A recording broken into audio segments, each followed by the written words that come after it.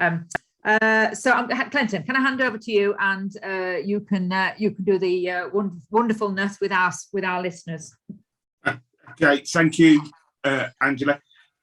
Could I ask each listener, keynote listener, to introduce themselves and share their thoughts around two questions. The first question is what can we do to grab the opportunities or unblock the challenges? And then the second question is, what can we do to influence other people to do this? So could I invite you in first on my list to answer those two questions? You went last time. Thank you. I was really hoping you'd put me last. Hello, everyone. I'm Ewan King, and I'm the Deputy Chief Executive of the Social Care Institute for Excellence. And I guess I've been asked to contribute today because I've been involved in supporting a pretty large study on the future of different approaches to housing with care and support. It was called the Commission on the Future Role of Housing and Care and Support, and we just produced our final report a couple of weeks ago. We looked at quite a broad range of housing or accommodation options for people who no longer can or choose to leave their original homes. So supported living, sheltered housing, care homes, shared lives, home share, a whole host of different models. And by doing this long introduction, I'm buying myself some time to answer the two questions, but I'll give it a go. So what can we do to grab the opportunity? So in the report, we talk about the need for all organizations within a local area, usually called a place these days, to come together and develop long-term plans for housing with care and support for older people and adults. We suggest this because at the moment planning of housing and accommodation is quite fragmented. It's sometimes led by the local authority. It sometimes involves housing associations. It often involves the contribution of the NHS, but rarely do those organisations and individuals and actors in the system get together to develop a single plan.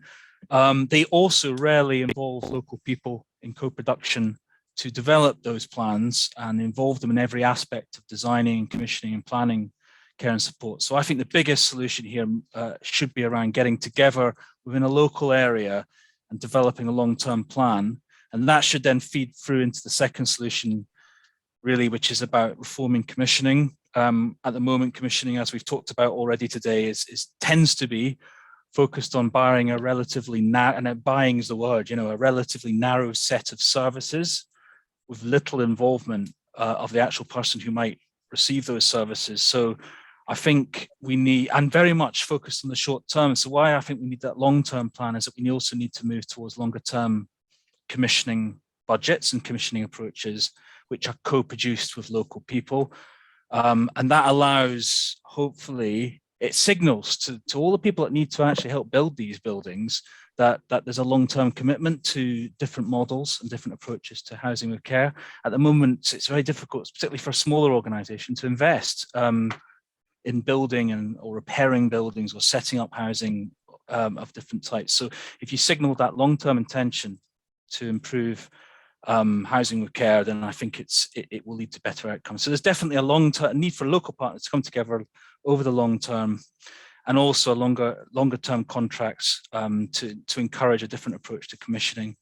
And actually sitting underneath all of this, we had a really good example in a session I was in earlier about how Hammersmith and Fulham Local Authority has brought together disabled people to talk specifically about disabled people's housing. And it's very focused, and it was over a whole year, and actually more than a year. I think by having that focus and real engagement, it led to a different set of solutions. And some of those are looking really quite good and interesting, particularly supported living and shared lives in Hammersmith and Fulham. So I think there's something about having focused co-production at a local level. How do we influence other people? Just to touch on that, I mean, I think what Social Care Future is doing around the framing of the language and the debate around housing is really important.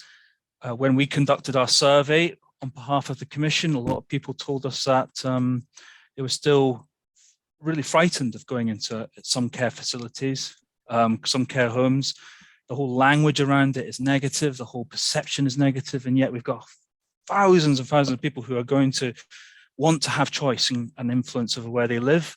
Let's mobilize that group of people to actually influence locally and nationally better choices for them. So I think there's something about that, just carrying on with this movement that's positive about social care and its potential. That's all I'm going to say for now. Thank you. Thank you. Can I invite the next listener, which is Raina Summerson. I apologise if I've not pronounced your name correctly. That was perfect, Clinton. Raina, yeah, that's lovely. Thank you very much. Thank you, everyone. I did try and join the group a bit earlier. Sorry, I ended up going in the home care one because I couldn't get in because of technical, because I was a bit later. So my name is Raina Summerson. I'm Group Chief Executive at an independent social care provider. We cover most of the country, not all of it, and about 3,500 team members. And we cover quite a range of services from home-based care, supported living, care homes, so quite a broad range of services, which gives insight into how people feel about alternative services and options. My background is social work. I just think it is important to say I came into social care when I was a teenager, drawn from life experiences of experiencing family need for care. And then through my career, been a social worker and a regulator, and then the last 17 years as an independent social care provider. Through that time, have had to draw on care services for family members, currently trying to draw on care for my mother with dementia, which is proving an absolute nightmare, even though I know the system and I apparently know what I'm doing. And so I found this morning actually very emotional watching everything, because it is a stark reminder, of how challenging everything is. That said, your questions, Clinton, I have to agree with you, and I think I'm definitely with the local stuff. What struck me with today is, and I think that kind of answers how many shared issues there are. And I know that people probably think there's a bubble of people who draw on services and what their thoughts are, and then there's all these care providers who think maybe completely differently. And I just think that a lot of the themes coming out when we have discussions here, when I have discussions with other providers, when we ask people who are drawing on our services what they value about what we do or what they'd like to see more of, all those themes that have been discussed today are really strong, absolutely the same messaging. So I think for me, what can we do? I agree, I think we're doing it. I think we can organise ourselves better and, as many people say, recognise what we share. And I think that the social care system, for want of a better word, is full of, it's often accused of being fragmented, and that's why it lacks impact. So this, the system's fragmented, social care providers are fragmented, then there's a fragmentation often appearing about the voice of people drawing on services and providers' view, and yet there's so many similarities. So I think we need to really pull ourselves together, which I think today is an absolute, example of how positive that can be. That this is, how can we organise ourselves to be more combined? How can we combine resources? How can we recognise and share the positive? And again, picking up on what Ewan said around, there are shared challenges, there are shared positives, and let's not write off some of the really positive work that is being done. Let's not throw out the baby with bathwater. Let's actually celebrate what is being done well and what that brings to people's lives, because I think we have to recognise, that everyone draws on services at different times in their lives and for different reasons, and not everybody is living a life with all those things we talked about this morning in already. And actually some people don't have them in their lives, and when they come into accommodation, they find those things. And I think that, yes, there's a whole issue. Did they come into that accommodation for the right reasons, or did they come in because there was a lack of choice and a lack of funding and a lack of other things? But actually, let's not forget that there is a lot of positive life experience in those, and how far we've come, because I know as a provider how many people I'm seeing who 10, 20 years ago would have been going into accommodation much earlier and inappropriately, and so because of a lack of other choice. So I think there's something about that. Let's recognise those, and then I think definitely that what can we do to influence and inform and change. I think that leads on from that. I think it's about using very, very much that local connection, integrated care systems. I think next year, I think there is a great opportunity. There's lots of, again, system issues, transition issues into new ways of working, loads of money and time being spent talking about transitioning into new ways of working, rather than actually what are we doing for people? How can that money be spent in communities for people? So there's all sorts of issues, but there's also, to me, all sorts of opportunities about how we can go to that very local network and actually, let's get health together, let's get providers together, let's get community catalyst micro provider groups together, let's get people who are drawing on services or who are thinking about when they might need to, let's get them together at a very local level and work upwards and outwards, and let's not see the whole system as insurmountable and impossible to change. Let's break it down, which I think today is a great part of. Thank you very much for that, Raina. Can I ask Sian to give us your thoughts on the two questions, please? I can. Sorry, I didn't mean to sound tentative. I can. I mean, first of all, for people who don't know me, I suppose I'm here for two reasons. I've got 30 years of experience of helping local people in local communities set up enterprises that earn money for other local people. I started with the model called Shared Lives, where people open their homes and their lives to the people they support, and they become part of that household, and then moved on to found Community Catalyst with Angela in 2009, and that the aim of Community Catalyst has always been to help people set up very diverse, very wonderfully anarchic enterprises that are designed with people to solve local problems and or to deliver local services, or to. Now, some of the early ones that we worked with when we were developing the approach were small care homes, and I think our experience with small care homes made me recognise that many, not all, are able to work in a flexible way to enable people who are living in that home to feel this is their home, and they can live the life they want to, and that's almost directly a consequence of numbers. And the second reason I'm here is a personal journey around caring for my mum, who died last year, and we experienced both the difficulty of enabling her to stay in her own home.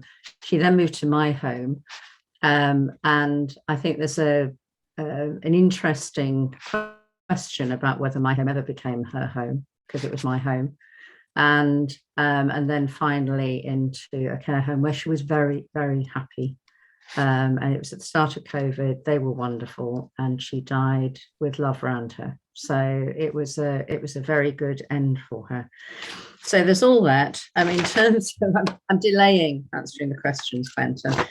So what can we do to grab the opportunities?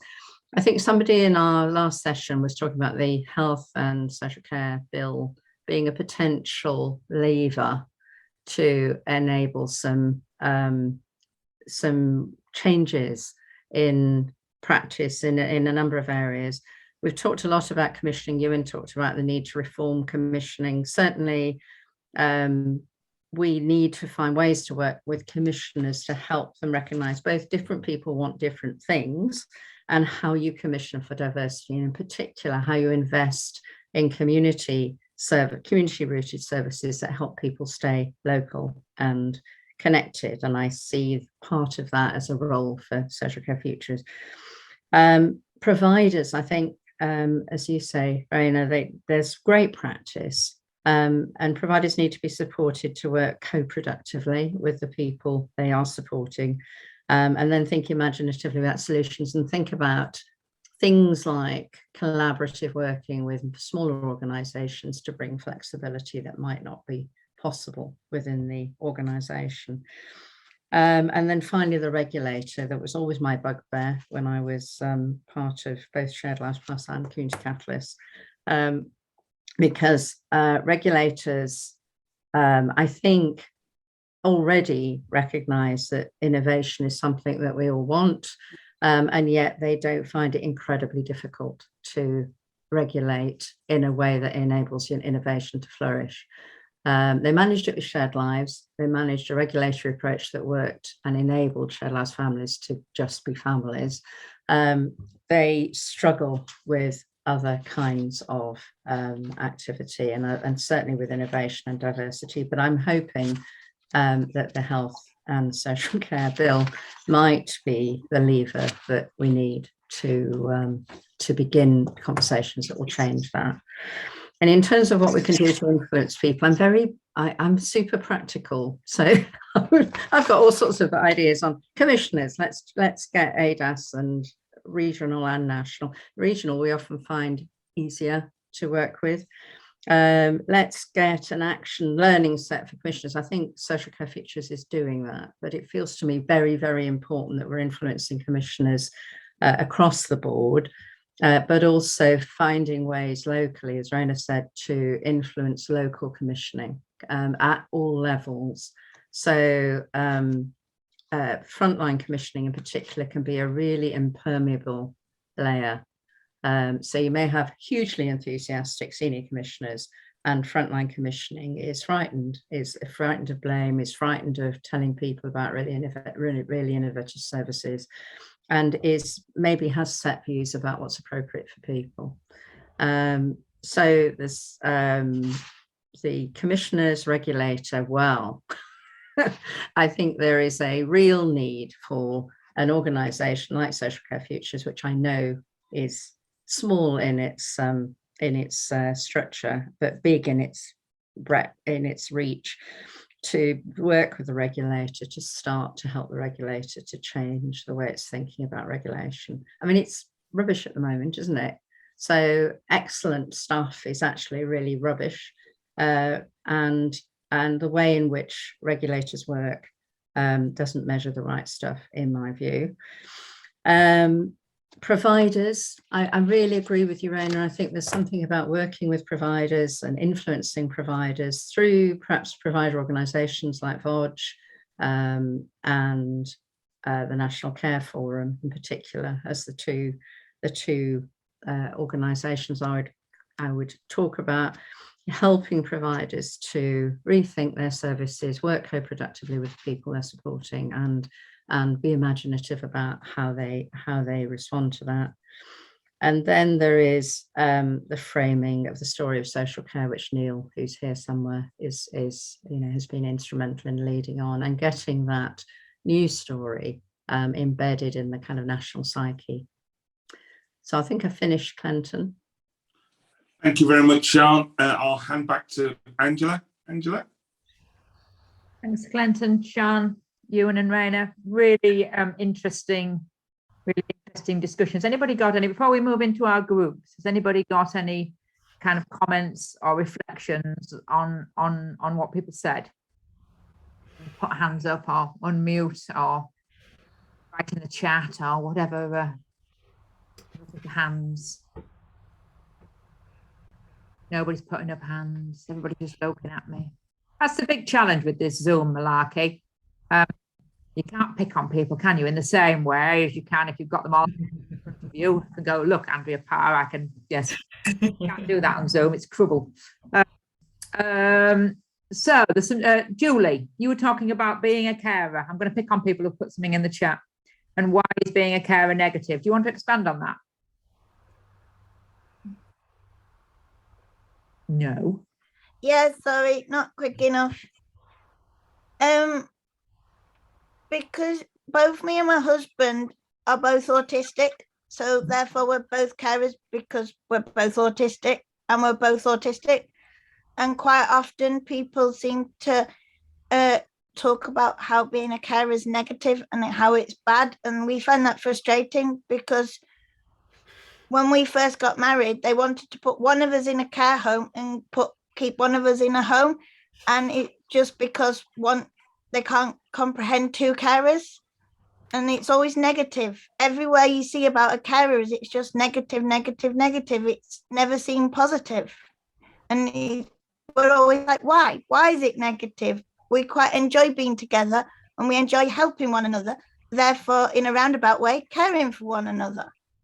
I think that's really interesting, Julie, the idea of both people helping each other, you know, and I think sometimes that's missing when people think about carers, isn't it? That what you call reciprocity, so to both people helping each other. And there's a number of different models, isn't there? Different ways of doing that as well, which I think about keyring and home share and some of those other things that are about exactly that, people helping each other. And camarados, there's a lot of things about how do we help each other, and that's exactly what you're talking about, isn't it, Julie? Help everybody. Yeah, lovely. just helping one another. It's not a negative thing, caring for one another, because you're helping one another, and isn't that what volunteers come out and do? They come out and help you. So why not husband and wife help one another? Lovely, thank you, Julie. I mean, I suppose it's difficult. It's different, isn't it? If you have somebody who needs a heck of a lot of help and somebody who doesn't need any help at all. But I do think there's definitely a place for helping each other. So thank you, Julie. Jane Simpson, hand up. Yeah, Sian, you sort of mentioned at the end of what you were saying, you talked about reframing social care. I wonder how it fits, or what people's views are on the proposition that we had from the government last year about creating a national care service, perhaps to equate to the NHS. We haven't heard much more about that. I just wonder how you feel that would fit in terms of reframing people's views. John, do you want to do that? I bet you've got some lovely opinions on that one. Yeah. You have to unmute.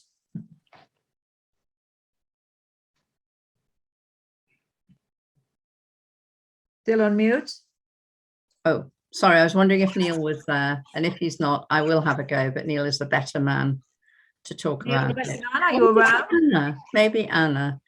No, Anna's shaking From her my head. point of view, the National Care Service idea just filled me with dread, if I'm honest, because it didn't seem to reflect what we're talking about at all. Because care for most people is a very small part, and for everybody is a small part of who they are, and you need, in order for people to be able to live real lives rather than just sit waiting to be got up and put to bed in appropriate times. The care needs to be flexible. It needs to give people opportunities to contribute as well as receive. And I can't see a national care service doing anything but crush the life out of that kind of flexibility. I may be quite wrong, and I'm sorry if you feel I am. I will say something quick. I think I agree, Sian, with your analysis, really. And as someone that used to work in the NHS, I feel I can say this, but the NHS is fantastic if you are ill and you have an acute illness, but it struggles, I think, with a lot of the concepts that we are further ahead with in social care around personalisation and people having choice and life. And I do fear that if we ended up with, I think people keep saying we need parity of esteem, or we need to be taken, social care needs to be as valued as NHS, and I think it does, but in a different way, because I think at the minute we don't really appreciate the brilliant things social care can do and how it's about everybody being able to contribute to society. So I feel like we need the public to buy into social care and want to support social care, but it doesn't need a big structure to do that. It needs everybody to sort of come together in a community kind of way. I'll stop now. Thank you, Anna. I'm going to, Anna Dixon's got a hand up. I'm going to take her point and then we're going to move into groups, if that's okay. We're going to continue these discussions, but in a smaller session so that everybody can have a say. Anna. Yeah, hi Angela, and I'll keep it brief because I realise that this conversation about National Care Service is a bit going astray, but I was advisor to the independent review of adult social care in Scotland, which some of you may be aware did actually recommend a National Care Service, but it defined it quite specifically that it wasn't a takeover of the NHS. In fact, it was in a way doing what Anna Severwright just said, putting the NHS on a more equal footing with the care on a more equal footing with the NHS. And really it was about national standards and making sure that rights were fulfilled, that people had mobility, that they could move around the country and get the same care and support. So I think there are some advantages if we define what we mean by national, and it doesn't have to go against personalisation. So I think they were very much there, also going further with self-directed support at the same time as implementing National Care Service. So I think sometimes we don't define what we mean by it. But obviously today's topic with housing, the critical thing is, will it help to I guess further integrate housing and care? And I think that will remain a challenge. If you have a National Care Service, it doesn't make those interactions with housing any easier necessarily.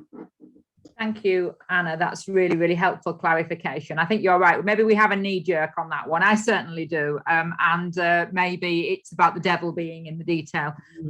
I see you and very helpfully posted in the chat a link to the document or the information that Anna's just been talking about. So that might help. Thank you for that, Ewan.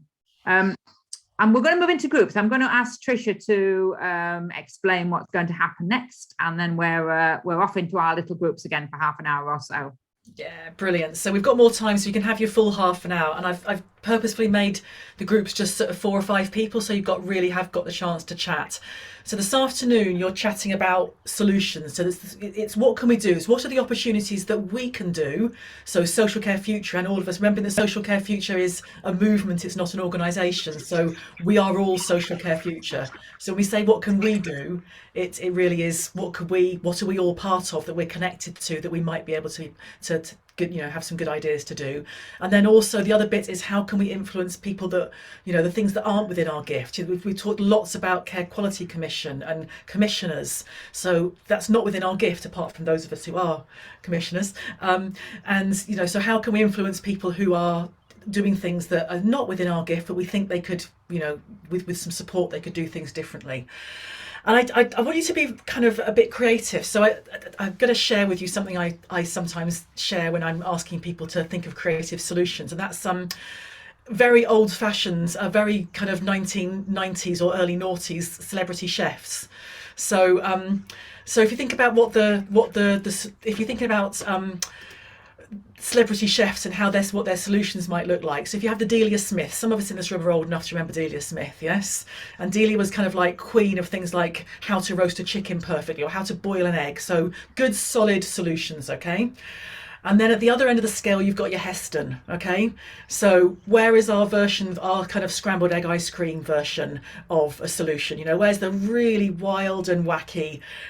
You're kind of thinking, surely that's just not possible, but maybe we could give it a go, a bit like scrambled egg ice cream. And in the middle, you've got Jamie Oliver, who's kind of, very much about people and community and all that kind of bish bash bosh stuff. So just throwing that out there. So when you're kind of thinking about your solutions, thinking if you know that you tend to be a bit of a Delia person and think just about, those ordinary solutions, push yourself into some Heston moments or some Jamie moments, okay? So we're going to do exactly the same as last time. I'm going to ask you to pick someone to be a note taker, and then towards the end of the session I'll give you a 5-minute warning, and if you could kind of come up with your top 3 solutions and ideas that you've got that we can do, and your top 3 influencing suggestions, and we'll do exactly the same. We'll come back and we'll put them on the Jamboard, okay? Because it worked really, really well this morning. You did a great job. So again, I think I've organised the room so there'll be at least somebody who I think should be prepared to take notes. So that should work. If there's a problem, then just if there's nobody in your group that feels okay about doing that, then just jump out and message me, and that should be fine. So I'm just seeing some. I'm just going to move things around a bit because a couple of people have left, so let me just They jumped. Move, they jump. Session. See, I started talking about chefs and people leave. You see, I don't know what it is. There we go. Oh, there we go. That's there now. So We're that, going to end up with a group of 1 at that rate. yeah, no, there we go. Right, I'm going to open the rooms. I think there's a couple more people to add in. So room 5 or 4. Brilliant. All right, guys, I'm going to open the rooms. It is, let's say it's 25 past 2. So we're going to come back about at 5 to 3, if that's okay. Don't worry.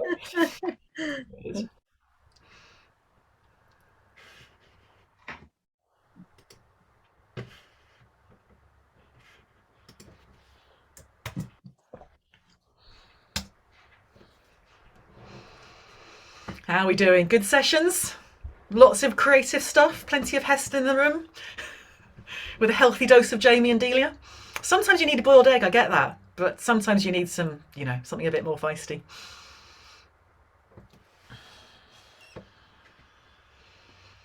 How are we doing?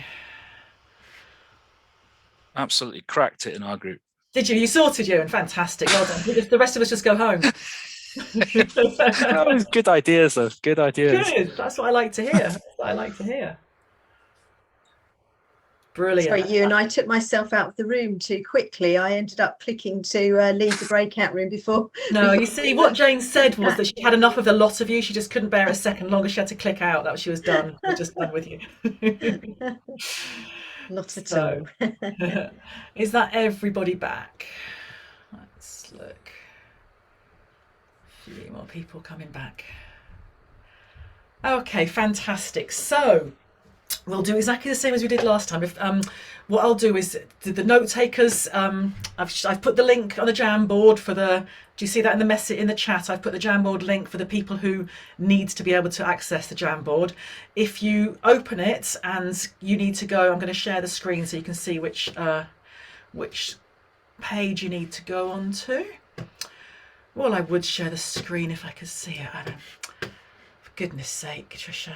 Right, let's do that, and let's close that, and let's close that, and let's try and find that. That's done. Let me just try again and share it. Safari, there we go. That's what I'd like to share.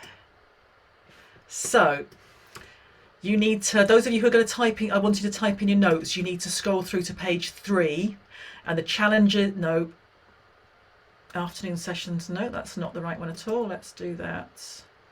There we go. Screen 4. So where are the opportunities to make a difference? And I'm just, do you know what, I'm just going to change that because that's my poor cutting and pasting, so I apologise, but you've got 3 is on this one, it's oops,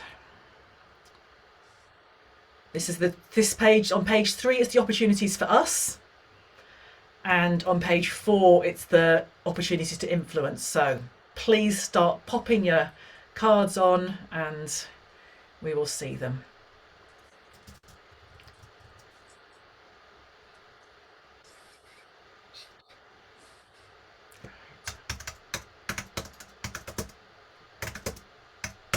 So it's pages 3 and 4. 3 and 4, yeah, 3 and 4. So opportunities on number 3 and opportunities for us. Opportunities for us on page 3. There we go. And on page 4, the influencing. Oh.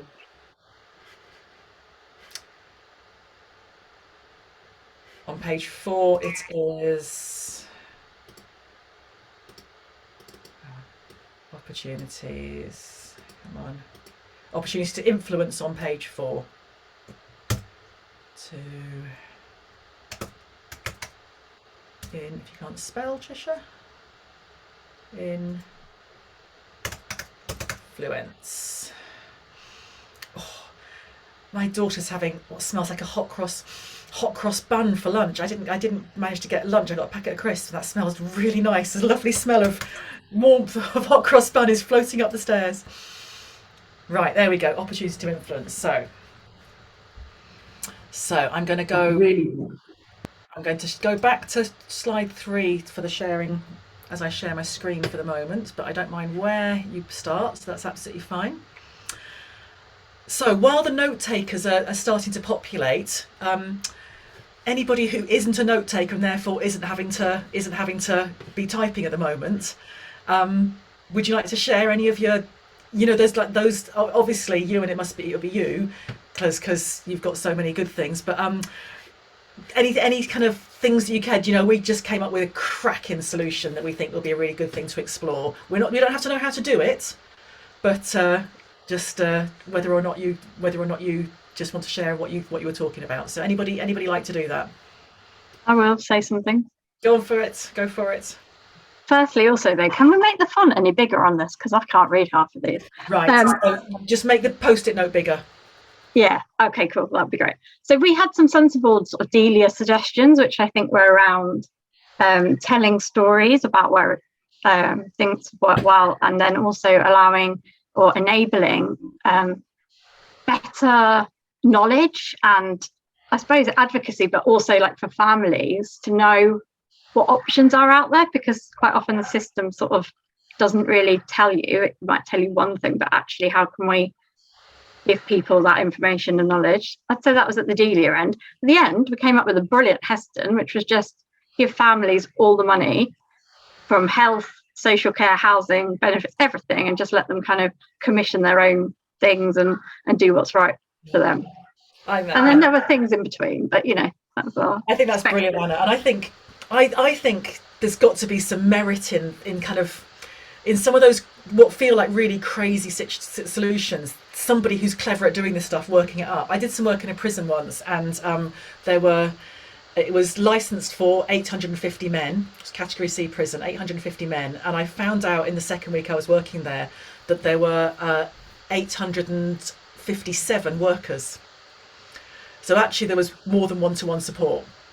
And my crazy Heston solution was, how about if you took it from governor to cleaner. So how about there was only one job, and your job was to support, let's have two people you had to support, because it allows for holidays and days and nights and that sort of thing. But you had two men who arrived, and your only job was to do anything that had to be done to stop them from coming back.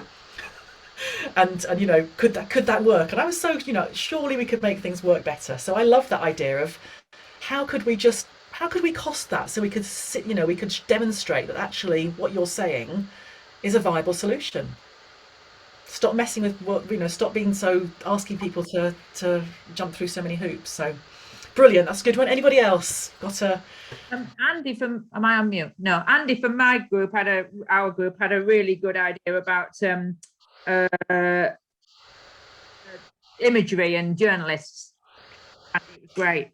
Do you want to say a bit more, Andy? Do you want to say a bit more? Is Andy there?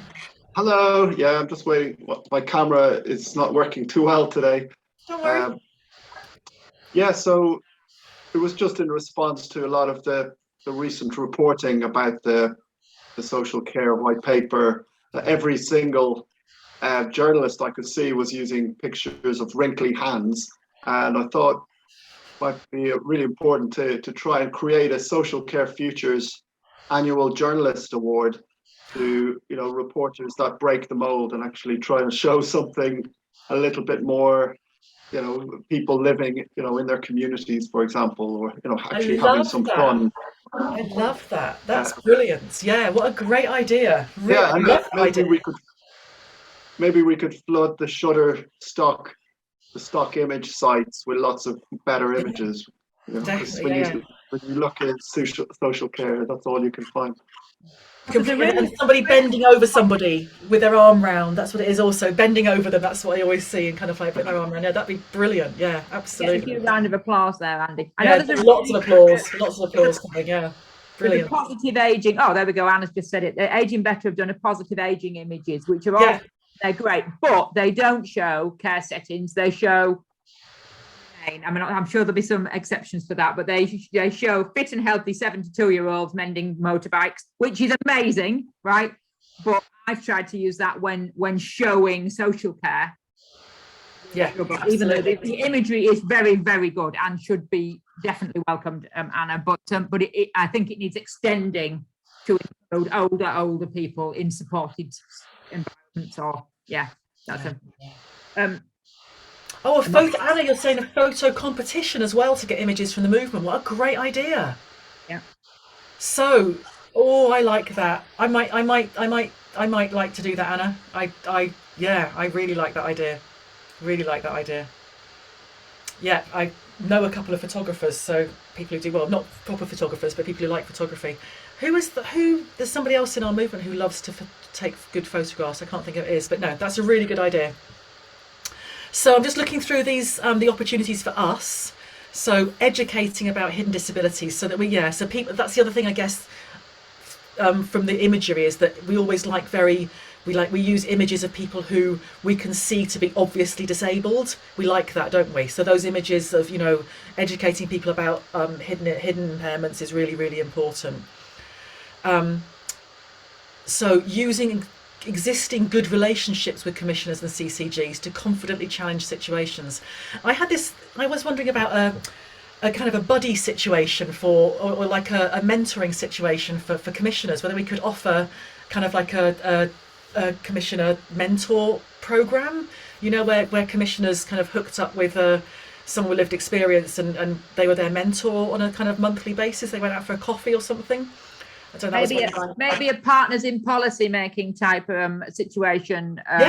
But with commissioners rather than anybody else. Yeah, that's a really good idea. Yeah, definitely. Definitely local. I think you're absolutely right. That's the thing. We do need to be doing these things in our local area, don't we? So health and social care bill, the opportunities to change behaviours and bring things down to place-based commissioning, definitely.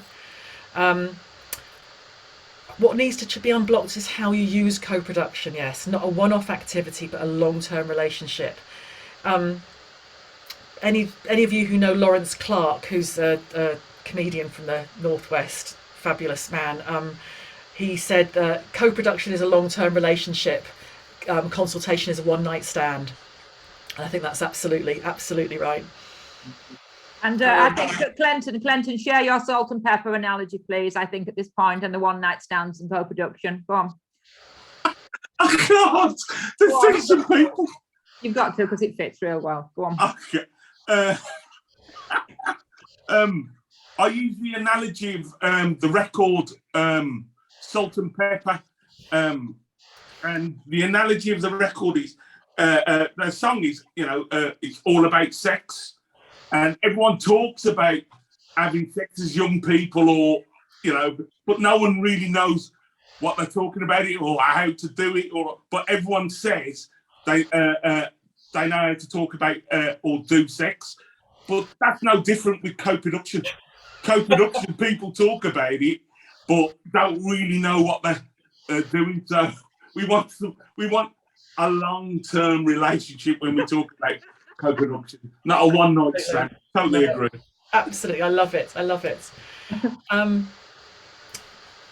We also Anna, thank you for your direct message. I'll do that. Thank you. That's really helpful, Anna, about the direct message about that'll be really helpful. And Wendy, you're saying we're working on developing tea and chat type one-to-ones. Do you want to say a bit more about that? Wendy Burt. Right, yes, so that's something that came up with a lot of our families in Essex, that social workers and commissioners, etc., don't have any real idea of what life is like for our families. So we're looking at developing some one-to-ones like tea and chat. Nice. Families and I think as well, so social workers can talk about some of the challenges that they have as well. So a bit of that mutual understanding. That's a really nice idea. I like that, Wendy. That's a really good idea. Brilliant. We do speed networking kind of events in some of our local areas where we bring together commissioners and social workers and other frontline practitioners. Oh, not allowed to say frontline. Bring together practitioners with people who are delivering creative small support services, just so that everybody can see what everybody else is doing, and make a human connection and understand the potential for those different types of people, to see them as a really scary, unknown thing. So I think just meet and greet stuff, Wendy, is a really good idea. That's lovely. Andy, you've put this in. That's just draw attention to what Andy's put in the chat about a research project called Feeling at Home, and looking at how group homes can enable people to feel at home. So you're developing a toolkit for staff and quality checkers. Brilliant. So you're currently trying to recruit residents to take photos and share their experience. So it's brilliant. Yeah, let's definitely get that out there. Please spread that word. So fantastic. Well, Sian's asking me about Frontline. That's one of Brian and Shannon. I was she's not in the blinking room. Is she in the room? She was in there. She's not. No. It's one of mine as well. I'd have said it. I'd have been a Bryony. I'd have said yeah. It's just one of Brian and Shannon's words that make me go, exactly. Frontline. I missed that one. What do we say instead, Angela? It implies a war mentality, Sian. Yeah, everything. Okay. Lots of these words are very, very military. So, like, you know, cohort and frontline and all those things. Yeah. So we're just people who work directly with people. Thank you. That's what I would say. I don't know. I'm not saying that's the right answer, Sian, but that's what I would say. People who work directly with people. I missed that. I love Bryony's blogs. All those closest to people. That's nice, Julie. Thank you. Yes. Yes. Yeah. Okay, I'm going to look on the next. I'm going to look on the social workers necessarily. Yeah, no, exactly. So let's just look on the next one. So opportunities to influence. So sharing pockets of excellence. We talked about that with that sharing pockets of excellence, Tricia. We talked a lot in our group about how there's a lot of emphasis, on the quirky, the unusual, the Heston. Yeah. And there's a lot of providers that are operating in much more constrained environments. You know, they are expected to be much more Delia or Jamie. And we don't do a lot of work. Our Social Care Future doesn't do a lot of. All of it focuses on the stuff that we, like micros and shared lives and home share and keyring and all of that kind of thing. And is there mileage for helping providers who are having to deliver more traditional services, not those scrambled egg ice cream, to help them share creative things that they've done, ways they've got around the system, ways they've pushed back against ways they've created something interesting for people, to enable those providers who have a real willingness and a real energy for creative practice within a more traditional model rather than the scrambled egg ice cream. Nice, I like that, because yeah. Can I come in there, Trish and Angela? So we talked in our group about the re-energizing the more than a provider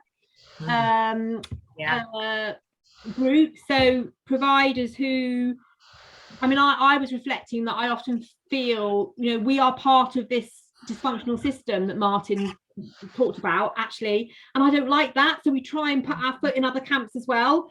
And there is talk across some third sector providers just in terms of how do we absolutely make sure that we try and influence the dysfunctional system, but keep celebrating the ambitious stuff that we feel is totally aligned to and contribute to the Social Care Future movement. So we are going into 2022 with a renewed purpose of sharing those pockets of excellence, building, working across boundaries of organisations as our contribution. I love that. That's really nice. Yeah. Sian was talking about the care home and the time bank.